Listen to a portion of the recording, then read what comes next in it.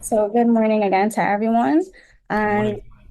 today, the webinar, we are going to be exploring what I have titled as the benefits of social wellness to achieve organizational success. Now, as we know, social wellness is one of the dimensions in the one of the 9 dimensions which is delineated in the National Workplace Wellness Policy. I hope everyone can see my slide on the screen. And the National Wellness Policy, Workplace Wellness Policy, provides a framework regarding the nature and urgency of wellness and wellness programming in the workplace. And the policy, as well as additional resources, are accessible on the Workplace Wellness website, workplacewellness.bb. Now, getting right into, like I said, what I think is one of the very most important dimensions, we know that sometimes the hardest part of our job isn't the work, but the people we have to work with.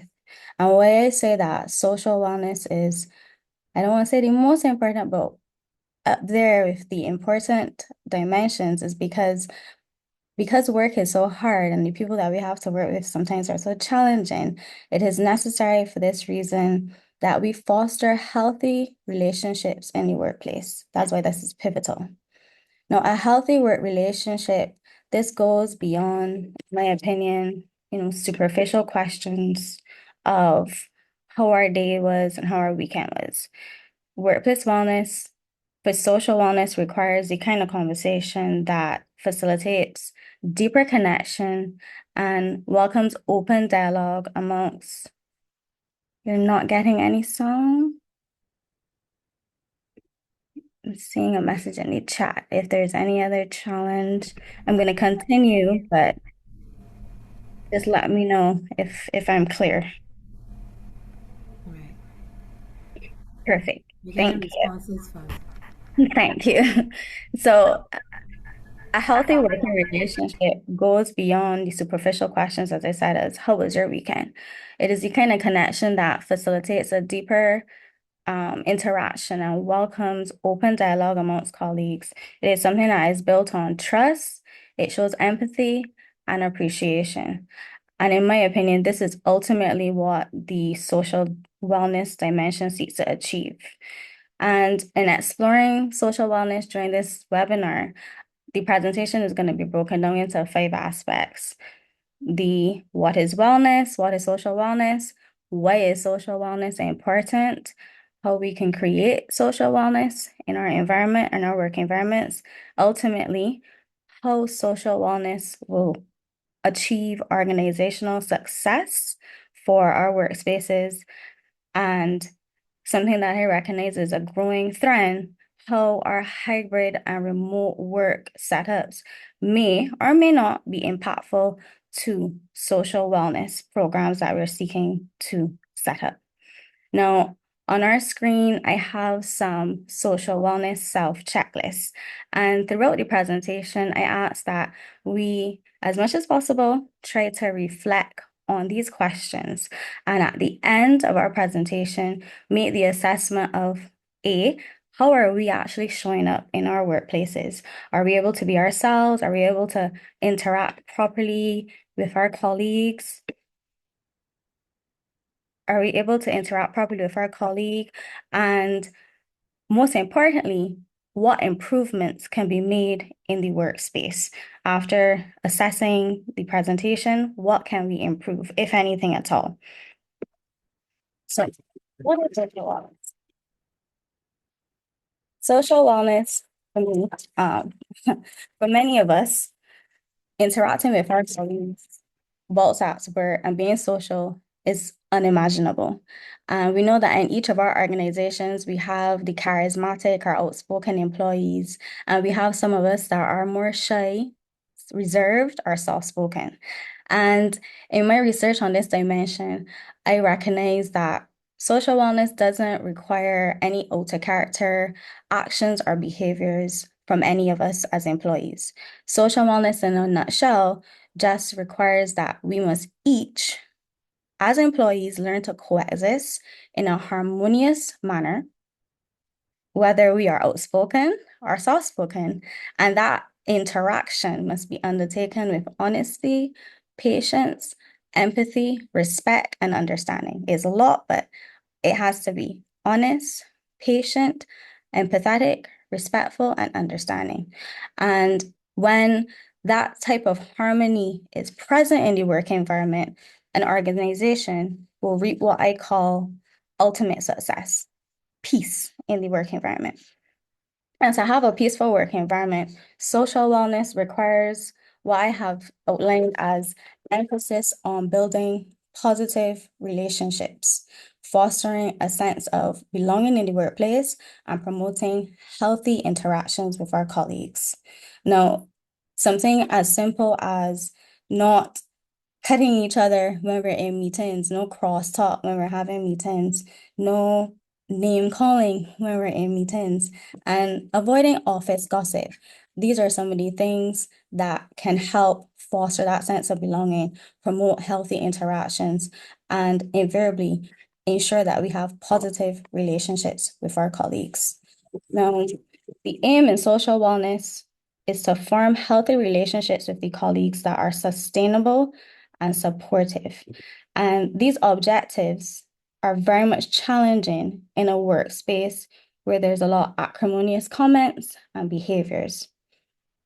Because of that, I recognize that social wellness in a nutshell focuses on three broad areas. And these three areas are ensuring that there is healthy and effective communication, there is healthy social relationships and positive social support systems, and lastly, there's positive and effective conflict resolution. Now, when I speak about healthy and effective communication, I often think of four things before responding to my colleagues and generally to anyone. Four things. In responding to questions, I usually pause and I say, is this response that I'm about to give kind? Is it necessary? Is it helpful? Or is it true? And I find that these reflection questions can often eliminate some unhealthy and unwanted conflict that sometimes can arise during meetings, that sometimes can arise when we have differences of opinions whilst at work. When we talk about having healthy social relationships and positive support systems, this to me promotes the idea of us, respecting our boundaries, respecting our unique approaches and views. Because whilst we may not always agree with our colleagues' idea, at least we should respect it. This also conveys the need to offer guidance and assistance to our colleagues so that the task that we have is performed with as much ease and efficiency. And lastly, the other aspect of social wellness that comes out from the definition or from the view of social wellness that has been described is ensuring that there's positive and effective conflict resolution. So trying to avoid violence and threats and unnecessary comments in the workplace is something that would help achieve that aspect of social wellness. Now, I have this gym that I go to, and I thought that it was the perfect example of because social wellness could be in any environment. It could be at work, it could be at home. In any space, we need to ensure that we are having social wellness because it helps us invariably to make sure that we are maintaining our health, maintaining our well-being. And I thought of this interaction where I have at the gym where the support that I have from my gym mates is such that where I am lacking in one exercise and where I am unable to push through, the communication is healthy and effective. The morale, the support, the camaraderie is such that I am more, well, even though you want to stop the exercise, but I am more appreciative to say, let me commit to fulfilling and completing this exercise so that I could, show up for the team, the gym team. So when you have that replicated in your work environment, what the idea of social wellness allows is for you as your colleagues to show up together and be more supportive of each other in the workspace. So then the question that I have that comes up is considering the example of what a healthy and effective communication looks like and what healthy social relationships and positive social support systems should look like, even the example of how we interact with each other outside of work. Considering that, do we feel as part of teams in our workspaces?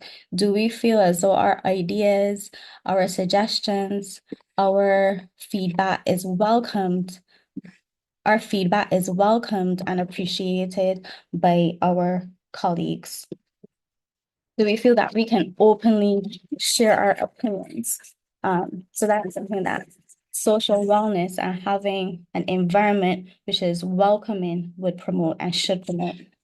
And therefore, the next question is, well, as I have here on the slide, these aspects of social wellness demonstrate that social wellness is not only a critical element, and this is something that needs to be said, it's not only a critical element to sustain workplace relationships, but invariably, it ensures organizational success. And this, to me, will be borne out more as we continue. I have here some brief examples of what social wellness can look like, and these ultimately are team building exercises, having social events. I know many of us, after the workday is over, we don't want to have events of our colleagues outside of the organization, but building that camaraderie and building that connection would allow us to be more welcomed and more open to having those connections, genuine connections outside of the workplace. Another example of social wellness is buddy systems to promote more collaboration in the workspace, which would help more collaboration in the workspace. Now, as I said, why is social wellness even important? What does any of this seek to achieve? Now, it's quite simple, as I said, a peaceful work environment. The work environment that embraces social wellness, in my opinion, ensures that employees, we have a marvelous Monday instead of a miserable one. We all see those memes on social media where we dread the end of our Sundays, where we wish that there was another day in between Sunday before Monday. But social wellness in a workspace would ensure that instead of dreading the end of the weekend, we can appreciate the start of the work week in a way that we are more determined and driven to either finalize or start another task. And one of the important things we have to ask ourselves sometimes is how are we showing up to work? And if we reflect on the question of who are we showing up as and becoming the person that we would want to work with, the work environment and the space that we're in may be more softer, maybe more peaceful, maybe more approachable in terms of us wanting to be there. So being the person we want to work with, and as we all know, we all want to have respect, honesty. We all want people to be patient with us and empathetic with us. Being that employee will help not only contribute to the success of the organization, ensuring that there's social wellness, but it would also contribute to boosting workplace morale and employee engagement. It sets the foundation for the corporation's future. And ultimately, a business's success depends on its employees' ability to collaborate. The willingness to collaborate hinges on the employee's sense of belonging. So if we don't want to collaborate with each other, if we don't want to communicate with each other, ultimately, we will see a disconnect in the organization's performance and how well it can perform because we don't want to interact with each other. We don't produce successfully. So ultimately, being the person we want to work with, being the person we want to show up as, or someone to show up as for us, helps ensure that the tone of the organization is more peaceful and productive and one that we want to be in. Um, some other reasons why social wellness is important are that it increases, as I said, workplace productivity. It fosters a sense of internal community. It helps us to clarify company vision. Because some of our companies, we have some of our goals as collaboration. We have some of our goals as continuous improvement. And when we work together, when we embody the traits of social wellness, which talk about, being supportive, and we talk about having positive relationships, we then act out or play out some of the company visions that we have of being collaborative, of being continuously improving, because social wellness invariably challenges us to be better, to be the people we want to work with. And social wellness is also important because it helps to develop a sense of connection, belonging, and a well-developed support system. Now, how do we create this social wellness program? Now, the program must be tailored, of course, to the organization and the size of the organization, the type of people in the organization, all these things are factors. And before implementation, the company's HR team, safety committee or delegate or their wellness coordinator, they need to carefully consider what the National Workplace Wellness Policy terms as the 4E framework for implementing these programs. Now, this framework sets out 4 E's, very easy to recall. They're called educate, implement, engage, and encourage. Now, what these 4 E's require are that the team preparing for this program or initiative, they have to educate the employees as to what are some of the things they're going to bring for the organization.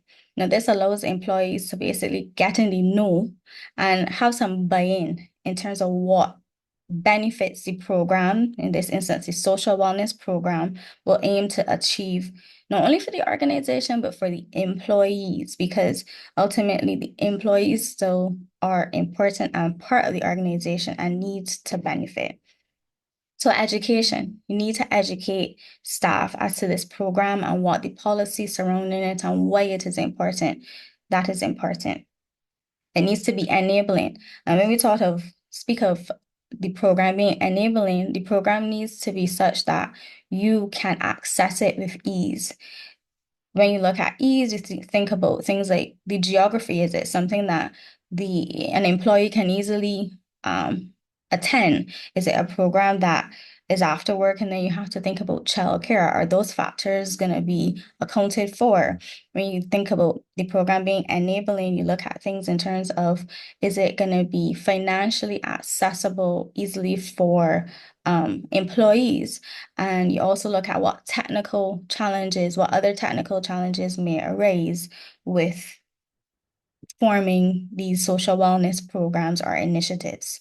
So some examples of ensuring that the program or initiative that is set up is more enabling for employees is to ensure sometimes that there are free seminars or discounts on events, which would allow more employees participation within the program. An important aspect or one of the important E's is to ensure the program is engaging. And when we think of engagement, it not only has to be something that sparks employees' interest, but is engaging from the standpoint of employees themselves it shouldn't just be a program that is set up with the involvement of executive management or higher level management alone, but all employees should be allowed to comment and give feedback on what they need because it is a program for them, it's an initiative for the employees.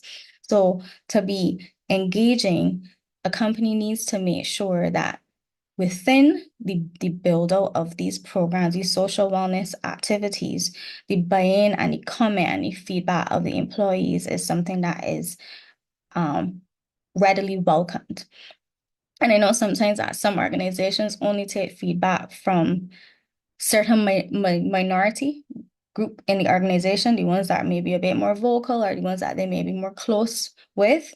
But it is imperative that everyone in the organization who is willing gets a say in terms of how the social wellness programs are designed developed and some of the ideas that are issued and brought to staff. And the last thing that the program needs to basically feature, the last E, is it needs to be encouraging. And when we speak of encouraging, the reality is the program needs to have the participation of staff for it to be successful. And for that to occur sometimes, especially with activities that are outside of the working environment, there needs to be incentives, there needs to be some benefit that is gained from an employee showing up to a after work activity, especially as I started to say, because most times we don't want to come to these programs. Most times we finish our work day and we just want to go home. So the last aspect of the framework is critical because if you spend all your time devising team building activities, a collaborative working environment, and no one shows up, there's still going to be a deficiency of social wellness within the organization in terms of the program success will not be as impactful as it could have been if participation is low. And therefore, for the program to have the encouraging component that it needs, incentives should be offered in terms of sometimes you can get discounts or you can win prizes, which would attract employees to be more willing to participate and attend these activities.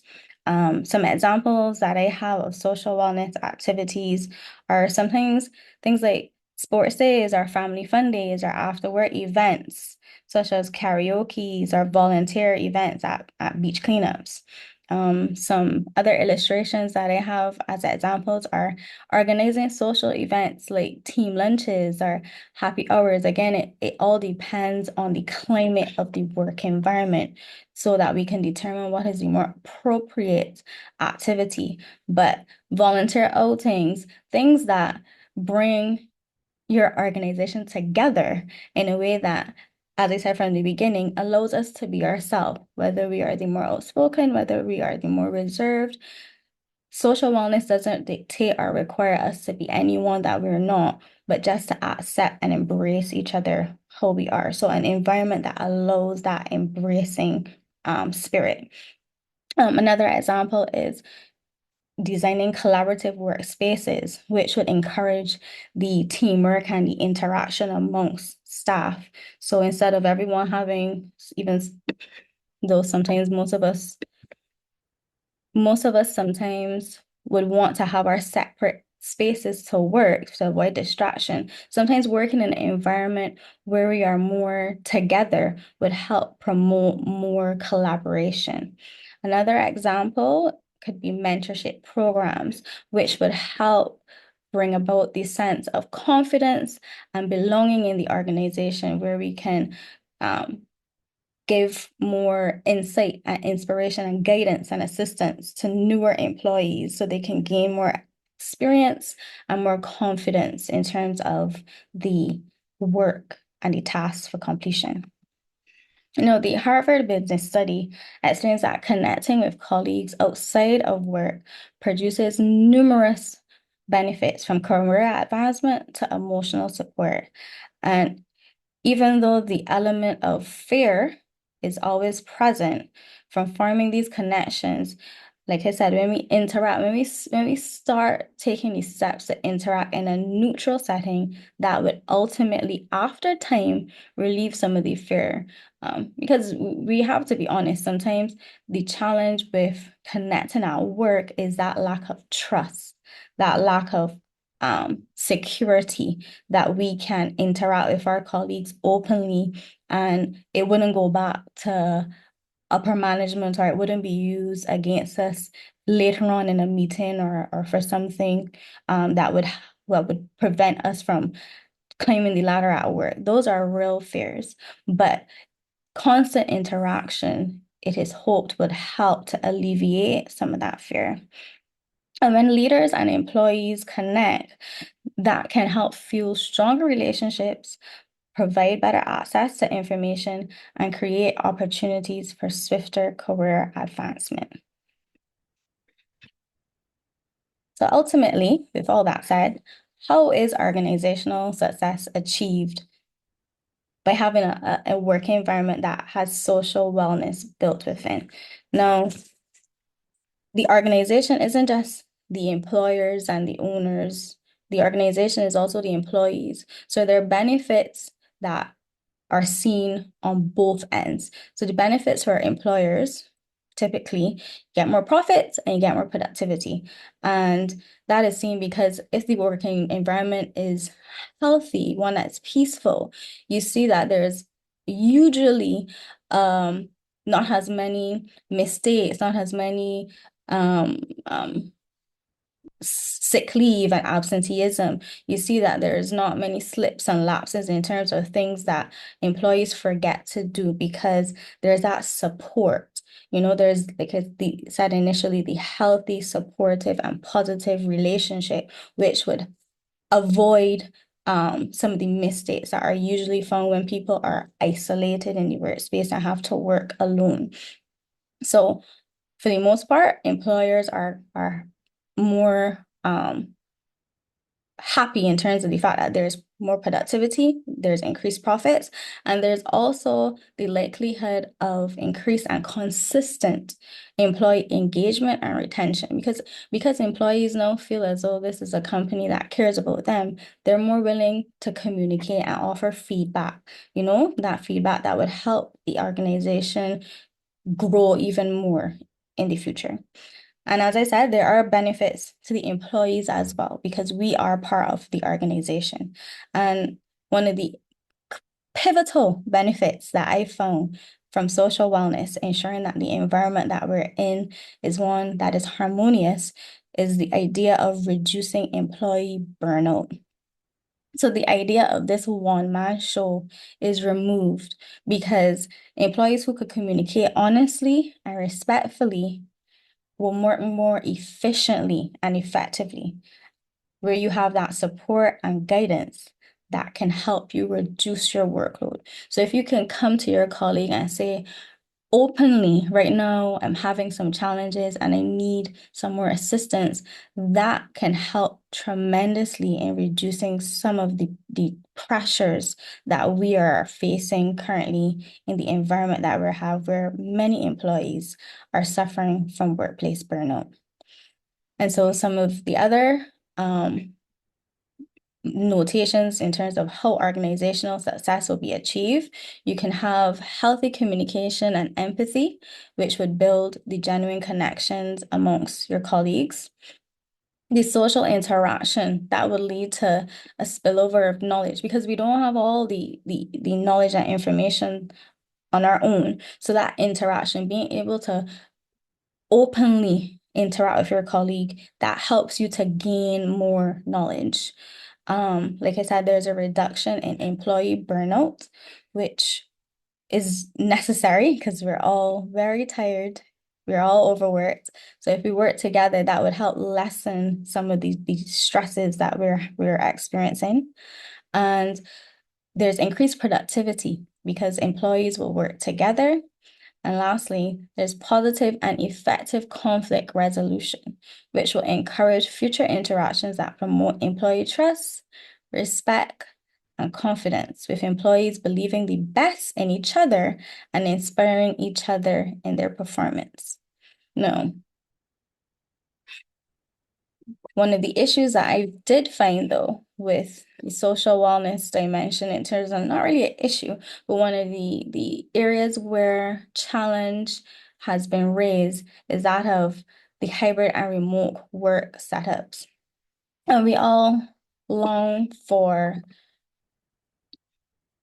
we all long for more flexible work arrangements. Sorry about that. We all long for more flexible work arrangements. We note that the rise of remote work and fragmented work schedules is reshaping how we connect as individuals. During COVID, a lot of us were at home a lot. A lot of us, some of us felt very isolated because of the inability to interact with each other in the work environment, to go and have the little chats by the coffee station or sit in the lunchroom together and talk about our weekend. So that impacted a lot of us. And many of us found that we started work at 6 a.m. and we continued work to 6 a.m. So a lot of those struggles continued, and they recognized that that impacted the idea of social wellness, the collaboration, the trust, the camaraderie, the peace. Because if you're working from 6 a.m. to 6 a.m., you're not very relaxed. So employees are though still advocating for more flexible work arrangements. And because of that, we're scattered across screens and in different time zones. Many persons use the opportunity for remote work to travel, and work in other jurisdictions, other locations.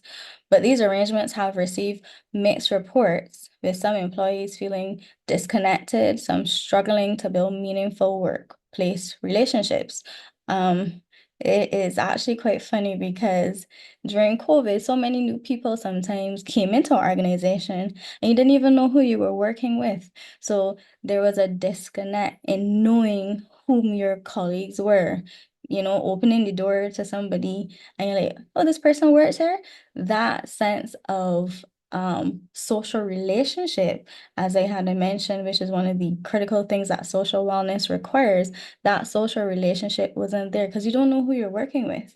And so, an important question for our employers and for us that are on these safety committees, wellness coordinations, and our HR teams is how can we design a wellness culture, social wellness program, social wellness policy that acknowledges the need for flexible work because we do need the hybrid remote work. We saw the benefits. So whilst acknowledging that need for flexibility, how can we still ensure that there is collaboration, that there is no isolation, and that there is proper communication amongst teams? And what I have suggested is that employers need to design their hybrid and remote work policies in a way that still ensures that employees, those that are working assiduously, those that are meeting their target, they get their rewards and their recognition. So some companies do Monday morning shout outs or employee shout outs, which would help still allow the employee and the organization to feel that you're still connected with each other. Even though you're not physically in a building, we still see you. There still needs to be adequate support and adequate check-ins. So as much as many of us despise all the meetings, we still need to have team meetings because it allows us to catch up and touch base in terms of what is happening, what is preventing us even from meeting our day-to-day targets. What are the challenges we're having? Whether it may be a technical challenge in terms of your setup at home, or whether it may be other challenges that are distracting and pulling you away from completing your work tasks. And lastly, you need to still on occasion come into the office because that breaks down some of the isolation from you just sitting and working constantly. You still need to engage with your colleagues. So some takeaways as we near the end of the webinar on social wellness. As I said from the beginning, our aim should be to have peaceful and productive workforces. And for me, in understanding the importance of the peaceful and productivity that is necessary to complete my tasks at work, for me, by forming a genuine connection that allows us to respect, even if we don't accept our colleagues' views, even though we don't accept their beliefs, forming that genuine connection allows us to accept their views, their beliefs, and their perspectives. And therefore, ultimately, those genuine connections, that is what social wellness is founded on, having quality connections where you can eventually build up the trust, maintain the respect, and have collaboration that allows the overall teams to thrive. And quality connections, that genuine connection with your colleagues, that is an important investment to the organization, creating psychological safety, open communication, and ensuring that there's belonging amongst employees. To have these quality connections, Again, we need to be more accepting and open of diverse perspectives. We need to develop the ability to play well with others, and we need to accept the concept as social wellness as a strategy for business continuity and success. And I have ended today's webinar. I'm going to go back to the reflection questions that I had initially spoke of and ask again, like, can you be yourself at work? How is your relationship with your manager? Are you able to interact openly but respectfully with your colleagues? How do you show up in your meetings, in your day-to-day? Because all of that impacts and affects how the organization functions and ensures the social wellness is present in the workplace.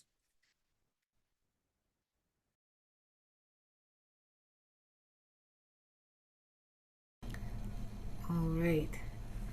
So thank you very much, Robin. I don't know if there are any questions, but before I know that my computer is behaving properly and we don't have any feedback happening. So this normally comes at the beginning, but we had some IT challenges for those who joined us a little, at least I had, for those who joined us a little late. So let me just say, Miss Robin Prescott, she's a practicing attorney at law. And so I didn't get to say that, and I did not get to tell Robin to just say a little bit about herself either. So she has experience in a number of different legal disciplines: civil litigation, conveyancing, contract law, employment law, family law, insurance law.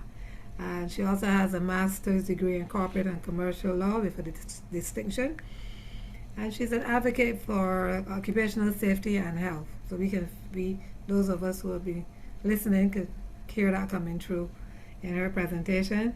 And in addition to those accolades, she is dedicated to community outreach and she operates the A Million Miracles charity. So that's just a little bit on Robin. So, Robin, thank you so very much.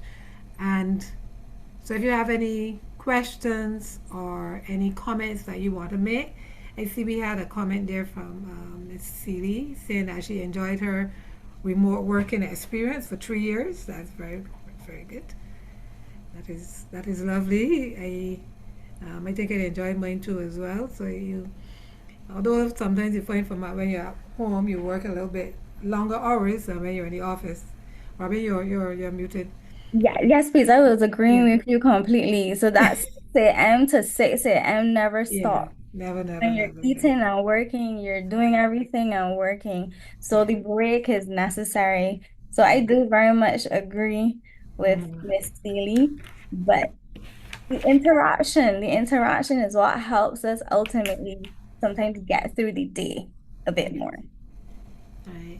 We have Don Davis is asking, would you mind connecting on LinkedIn? LinkedIn.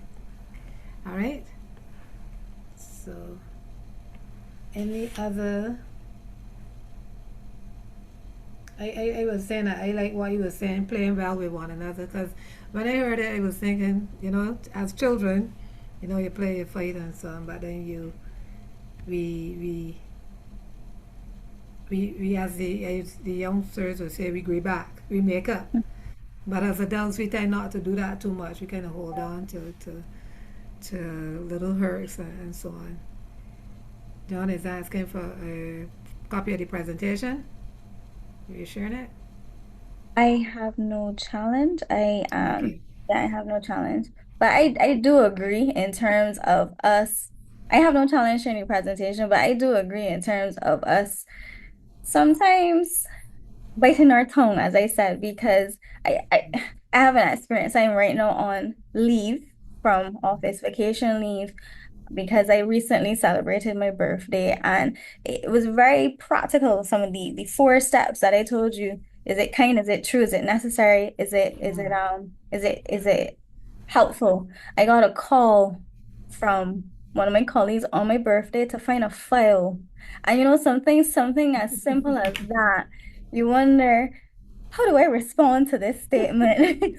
But that is also Yeah. ingrained in how we need to remember the three aspects of social wellness, us making sure that the conversation is healthy and effective, us knowing that at the end of the day, we still have to come back to work. So we still have to maintain those healthy social relationships because what else you need me to find a file in the office that I'm not in on my birthday? Yes. I may still need you for something some other time. So we still need to make sure that we maintain that respect with each other.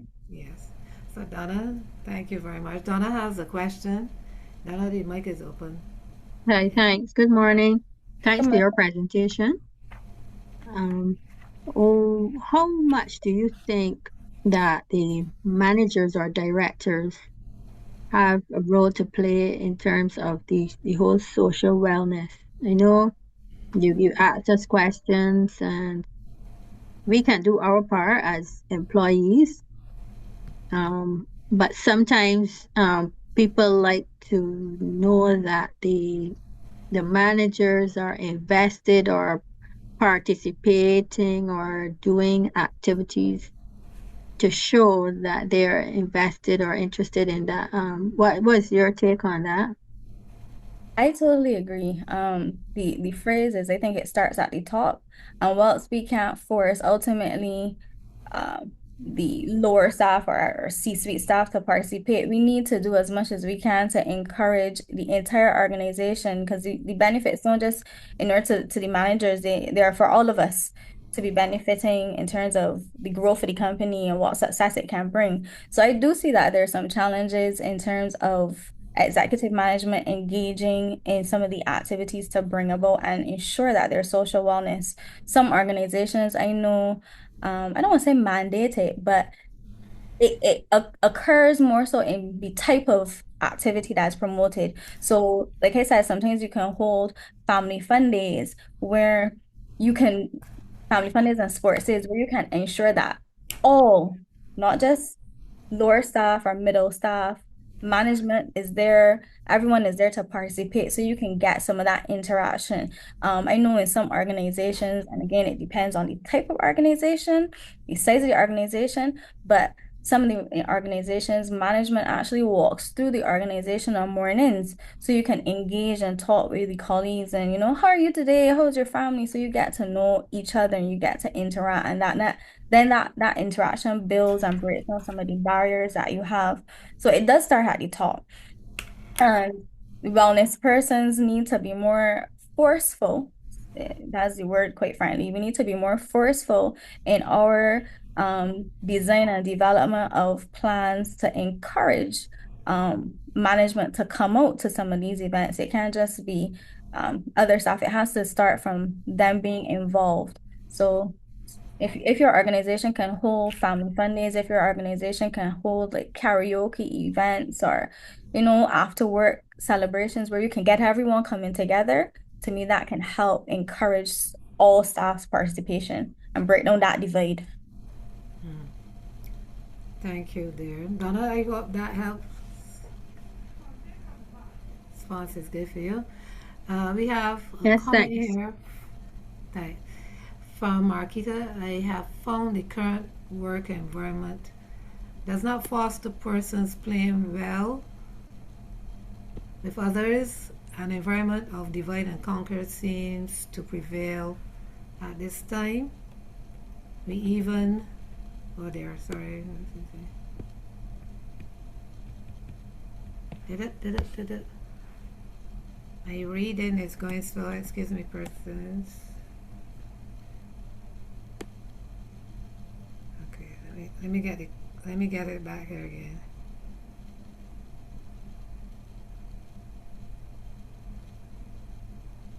Toxic seems to be the buzzword. I am missing something, so toxic seem we even okay, let me read this time start. I have found the current work environment does not foster persons playing well with others. An environment of divide and conquer seems to prevail at this time. We even see it being played out in the wider society with the increased level of violence. So toxic seems to be the buzzword. Okay, that's a comment there, and we have another comment from Dawn. What resonated with me was the slide with you can't lead people you don't connect with. And you can't challenge people who don't trust you. Why? Because I've been going through this for a while now. Break the trust and the relationship dies a slow death, especially when the leader is not willing to have a simple conversation to help rebuild the trust. And that would be challenging. I do agree with some of these, and I think that is way too in some of our social wellness to me is not ugh, it's so dynamic because it starts with us. And I think too, before some of us become leaders and managers within our organizations, we need to really assess what we have, not just the academic qualifications in terms of the masters of this, but we need to actually assess whether we have that social intelligence to interact and communicate with others, if we're empathetic. And there's a course that I know dealing with difficult people. It kind of will help you to um know how to show up, know when to be more empathetic, know when to, communicate better, and be open with your team. And I do see that the trust is something that is an essential element within our sphere, our labor sphere that is not present, and that is what causes the quiet quitting or people to be more willing to just shy away instead of talking in the work environments. But unfortunately, we have to be the ones that step up because if at least one person does it, hopefully that would allow and bring the chain of other people to come along with us and ensure that the organization is a bit more harmonious from what it is. So I do hope that, Dawn, there is the opportunity for you to try again and be more open or at least set the foundation to have that more welcoming environment in the organization. Or at least if you can, I know, and it's really sad to say sometimes people are victimized for it, but if you can speak out to anyone in your organization, if not confident, if you can't, or at least if there's a way you could give confidential feedback in terms of some the challenges that you're seeing that may actually help bridge some of the gaps and the challenges in terms of trust and everything within the organization. So,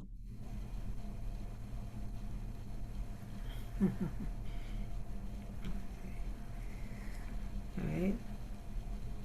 So we have, okay, that seems to be it. No more question. Okay, we have a hand raised.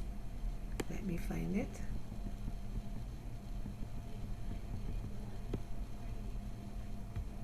Okay. And Joel, you can ask your question. Yes, am I muted still No, or I'm not we on can hear mute? you. Okay, I know sometimes we look at just the parameters of work, but I was wondering if we can change the approach because there are a number of persons, young persons who are experiencing mental challenges, um, and they seem not to be the legislative framework to be able to help them the way that they should be helped. The way the system is structured, you have to volunteer and want to have this necessary change in terms of signing into an institution or even the QEH, where there's a mental facility ward. Oftentimes, these persons don't have that mental structure to want to desire the necessary help. So I'm wondering if legislation can be changed where a practitioner who's well endowed with the necessary professionalism and acumen can see that a person on the street, young individual, whether it's male or female, actually needs to have this extension of help and be able to help them to remove from that mental wellness that of deficiency that they're experiencing. I know the way how the system is, you gotta sign in. You need to sign in to get this help, but sometimes they just don't see the need. What do you say?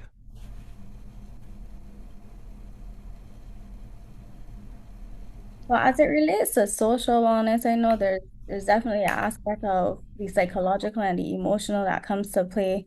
This dimension, though, emotional psychological wellness is a separate standalone in the nine dimensions, but specifically to the question, to legislate on something like this that requires deeper discussion, deeper thought. What I would say though is constant advocacy and constant word. broadcasting of these challenges is something that should be done before we even legislate or even outside of legislating, because legislating can only do so much. So we still need to constantly showcase some of the challenges that are and advocate for some of the challenges that are being presented. So if this is something that is an issue, I would say outside of the legislation or without it even being present, still speak on it. You can still find other mediums to advocate for those people, and there are other organizations that I think that can help persons who are having challenges with their emotional, psychological state. I do know sometimes that the home environment and the work environment and all those other environments collectively will cause the breakdown in the psychological safety and mindset of persons. So that is again where social wellness comes into play, where you can, if you have that genuine connection with your colleagues, you can be able to sometimes help them and guide them into better areas to relieve some of the stress and the tension and the problems that they're facing, or at least give them some sort of solutions. Unfortunately, I can't really indicate what legislative change may be needed at this stage, but what I would say to you is advocate as much as possible. Point those that you see that are having challenges in directions of some of the um, activist programs that are up around that help to give guidance and counseling for persons who are suffering with any challenges. And hopefully that after time, those that are in the relevant positions would see that these are areas that need more highlighting and can help change some of the challenges that we're having. But the discussion is needed, constant discussion is needed to bring about that change. Thank you for that response. I see a comment from Sandra. Fantastic discussion and very timely information. She has to go to another meeting, but she is in agreement with you in terms of that. Thank you very much. Thank you. Okay. All right, so if we have no more questions, I am going to say thank you so very much. Thank you so very much for the presentation. And yes, it was very informative and nice little tidbits that persons can take away. I like the whole idea of your personal responsibility too in the workplace, right? We have a commitment to building a better workspace and workplace. So I'm going to just encourage persons. I know you mentioned the website before. Yes. So visit our website, workplacewellness.bb. Thank you, Professor Devonish. Visit our website. We have lots of information and resources on there. And if you need any assistance in terms of your workplace wellness program, you can reach out to us at the Ministry here of Labor. My name is Rhonda Farley. So you can reach out to us. We will try to assist you, or we can put you in contact with persons who can assist. Yes, thank you, Glendie, for reminding us. She did say it was birthday. She was Thank you. called, unfortunately, on her birthday. Thank So I you. hope you're continue to enjoy the birthday. Don't maybe have you here doing the presentation, but continue to enjoy it and to enjoy your vacation. We thank you so very much for your assistance. Thank you. I did enjoy it, and thank you all very much. I hope that we all show up today in our work environments as we would want others to show up for us. So thank you all very much. Yeah, thank you Thank very much. You gave us some lovely tips and so on. you. I hope so too, Miss Seeley. I hope so too. Okay, okay, Thank okay. you. Thank you very much. So you listen out from us. We'll be having the monthly webinars. December is almost upon us, so we'll let you know if we actually will have the one in December. If you haven't that, we'll send out the correspondence to you. But December is almost there. But do enjoy your independence. Be safe, right? And enjoy our 59th year of independence. Yes, we'll send the presentation to the persons who would have participated today. All right, so thank you all very much. Thank you. Have a good day, everyone. Bye-bye. Right?